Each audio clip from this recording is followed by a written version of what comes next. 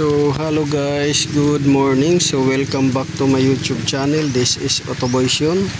So sharing is caring uli.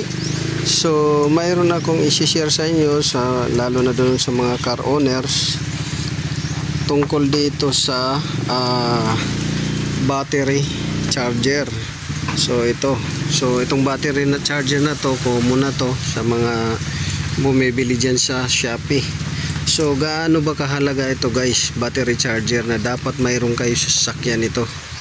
So ito yung guys, pag halimbawa yung battery ninyo, battery ninyo ay biglang naglobat, sabihin na natin pumunta kayo sa beach, nag-swimming kayo doon, tapos naglobat doon.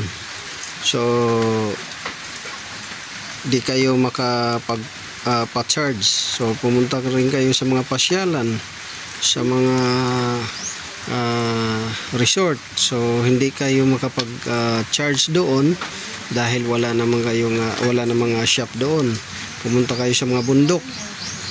So hindi kayo maka-charge doon dahil wala namang shop din doon sa bundok.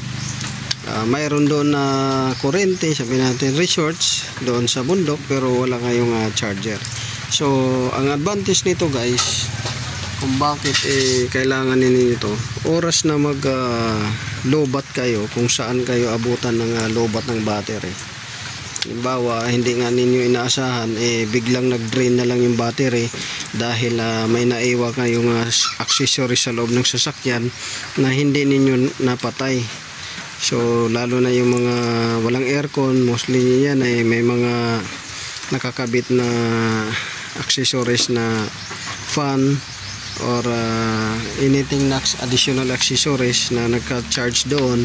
Minsan apektado yung battery ninyo, so maglolobat. So kung mayroon kayong ganito guys, ito papakita ko sa inyo, mayroon kayong ganito na baon-baon sa sakyan. So kung pumunta kayo sa beach, nag-swimming kayo, natural sa cottage mayroon yang kuryente. So mayroon kayong mapagsaksakan nito, itong ano na to,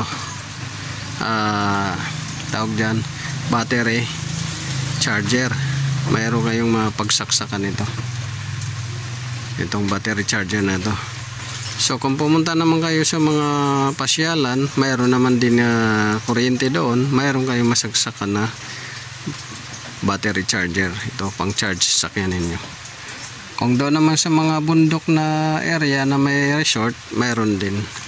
So ganyan ka halaga itong battery charger.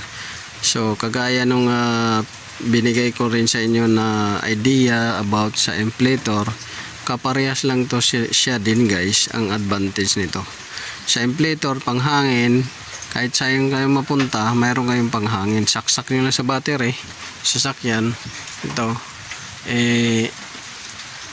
makakapaghangin na kayo ng sasakyan ninyo or gulong ninyo.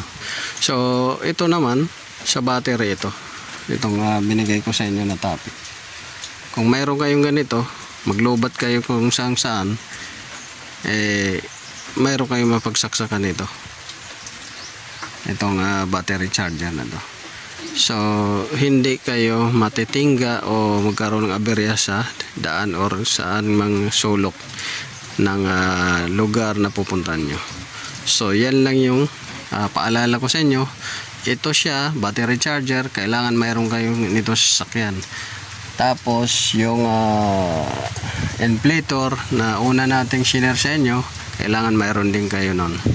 So yun lang guys ang ma-share ko sa inyo. Sana nakatulong to sa mga car owners na kailangan mayroon kayong ganito para sa battery niyo. So yun lang, this is Otoboyson, sharing is caring.